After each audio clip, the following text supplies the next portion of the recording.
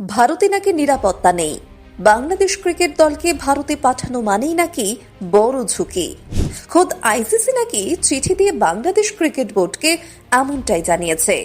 শুধু তাই নয়, কোথায় কোথায় নিরাপত্তার ঘাটতি রয়েছে সেটাও নাকি পয়েন্ট করে বলে দেওয়া হয়েছে। শুনতে অবাক লাগছে? ভাবছেন আইসিসি এমন কথা ভারতকে নিয়ে কবে বলল?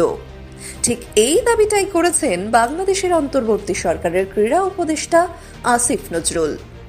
কিন্তু আসল সত্যটা জানলে আপনি অবাক হবেন। আইসিসি কি সত্যি এমন কিছু বলেছে, নাকি পুরোটা একটা সাজানো নাটক? আজকের এই ভিডিওতে আমরা ফাঁস করব এই আজব দাবির আসল রহস্য। স্বাগতম টিএসপিএন বাংলায়। সম্প্রতি একটি সাংবাদিক সম্মেলনে রীতিমতো বোমা ফাটালেন বাংলাদেশের ক্রীড়া উপদেষ্টা আসিফ নজরুল। তিনি দাবি করেছেন আইসিসি নাকি তাদের জানিয়েছে যে ভারতে এই মুহূর্তে নিরাপত্তা নিয়ে বড় সমস্যা রয়েছে। তার বক্তব্য অনুযায়ী আইসিসি নাকি বিসিবিকে নির্দেশ দিয়েছে যে মুস্তাফিজুর রহমানকে যদি দলে রাখা হয় তবে দলের নিরাপত্তার ঝুঁকি আরো বেড়ে যাবে। অর্থাৎ মুস্তাফিজকে টার্গেট করা হতে পারে। শুধু মুস্তাফিজ নন, আসিফ নজরুলের দাবি অনুযায়ী আইসিসির চিঠিতে আরো দুটি অদ্ভুত সমস্যার কথা বলা হয়েছে। নাম্বার 1, বাংলাদেশের জার্সি গায়ে চাপালে নাকি ভারতে নিরাপত্তার সমস্যা হতে পারে। নাম্বার 2, বাংলাদেশের যেহেতু সামনে নির্বাচন, তাই সেই নির্বাচনের উত্তাপ বা প্রভাব নাকি ভারতেও পড়তে পারে, যা দলের জন্য ঝুঁকির কারণ। ঘটা করে সংবাদ মাধ্যমকে ডেকে আইসিসির মুখেই কথাগুলো বসিয়ে দিয়েছেন তিনি।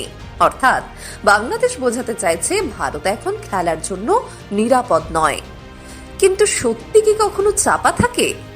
বাংলাদেশের এই দাবির খবর কানে যেতেই নড়ে চড়ে বসেছে আইসিসি। সংবাদ সংস্থা পিটিআই এর কাছে আইসিসির এক সূত্র যা জানালেন তা বাংলাদেশের এই দাবিকে ধুলোয় মিশিয়ে দিয়েছে। আইসিসির সেই সূত্র পিটিআইকে পরিষ্কার ভাষায় জানিয়েছেন, ভারতে নিরাপত্তা নিয়ে আইসিসির সঙ্গে বিসিবির কিছু কথা হয়েছে ঠিকই, কিন্তু আসিফ নজরুল যা যা দাবি করেছেন তা সম্পূর্ণ মিথ্যা কথা। আইসিসি স্পষ্ট করে দিয়েছে যে মুস্তাফিজুর রহমানকে নিয়ে তারা কখনোই একটি শব্দও খরচ করেনি। তাকে নিয়ে কোনো নির্দেশ দেওয়া হয়নি। জার্সি বা নির্বাচন নিয়ে যে ভয়ের কথা বলা হচ্ছে তাও ভিত্তিহীন। আইসিসির সোজা কথা, পুরো বিষয়টাই একটা সম্পূর্ণ মিথ্যাচার। সোজা কথায় বললে আইসিসি পরোক্ষভাবে আসিফ নজরুল এবং তার দাবিকে মিথ্যেবাদী প্রমাণ করে দিয়েছে। এখন প্রশ্ন হলো, আইসিসি যদি এমন কিছু নাই বলে থাকে তবে বাংলাদেশ সরকার বা ক্রিকেট বোর্ড এমন অদ্ভুত দাবি কেন করছে? এর উত্তর লুকিয়ে আছে রাজনীতির ময়দানে।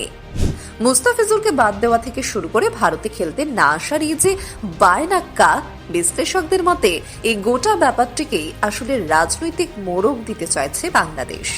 আমরা জানি পদ্মাপাড়ে নির্বাচন আসন্ন, আর ভোটের আগে বাংলাদেশে ভারত বিদ্বেষী হাওয়া সবসময় একটা বড় ফ্যাক্টর। ভারতের নিরাপত্তা নেই এই ধুয়ো তুলতে পারলে বাংলাদেশের সস্তা জনপ্রিয়তা পাওয়ার সম্ভাবনা অনেক বেশি। তাই ক্রিকেটকে হাতিয়ার করে এই ভারত বিরোধী সেন্টিমেন্টকে উস্কে দিতে চাইছে তারা।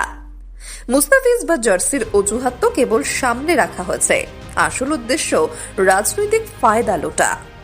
কিন্তু এই সস্তা প্রচারের লোভে কি আরো বড় ভুল করে ফেলল বাংলাদেশ?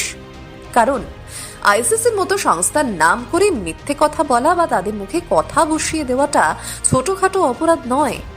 একবার যদি আন্তর্জাতিক ক্রিকেট মহলে মিথ্যাবাদী তকমা গায়ে লেগে যায় তবে ভবিষ্যতে বাংলাদেশের সত্যি কোনো সমস্যা হলেও আইসিসি কি আর তাতে কান দেবে?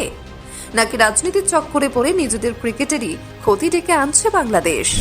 আপনার কি মনে হয় বাংলাদেশের এই আচরণের আসল কারণ কি? কমেন্ট বক্সে অবশ্যই জানান। ভিডিওটি ভালো লাগলে লাইক করুন এবং বন্ধুদের সাথে শেয়ার করুন। ক্রিকেটের সব লেটেস্ট আপডেট এবং ইনসাইড স্টোরি সবার আগে পেতে টিএসপিএন বাংলা চ্যানেলটি এখনই সাবস্ক্রাইব করুন। দেখা হচ্ছে পরের ভিডিওতে। ধন্যবাদ।